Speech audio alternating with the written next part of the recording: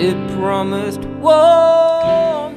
I've been making music in some capacity or another for about 20 years now. And along that journey, there have been all these different chapters, starting with getting my first drum kit and my first band. I learned how to work in a group, and then I picked up the guitar and started writing some songs of my own. More bands followed, and I started to feel like I had something to say, and in that I began to find my own voice.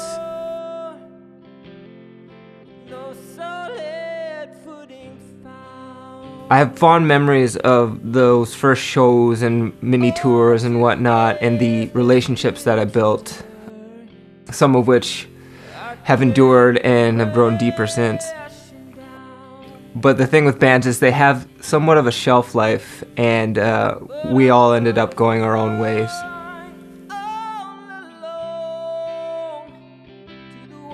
So the next step for me was hiring myself out to touring bands and whatnot, which was initially a bit alienating, just jumping into situations with their own history and personal baggage.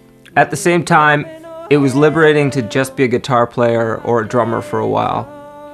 And it let me simultaneously do what I love while still exploring some of the world.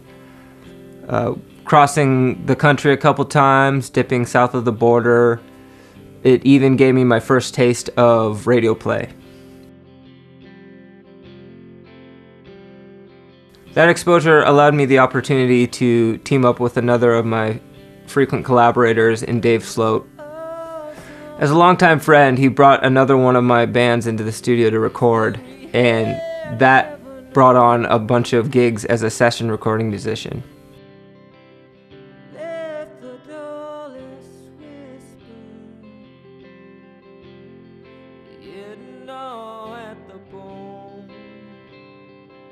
With all my personal projects starting to fizzle out, I was left kind of wondering what would come next.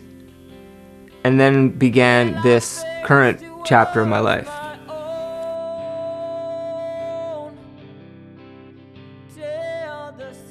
With all the creative energy that was bubbling up inside me, it started to manifest itself in these very personal songs. After working with and for so many other musicians, there was this insatiable desire to create something for myself. So we leapt headfirst into what would soon become Heaven and Hell.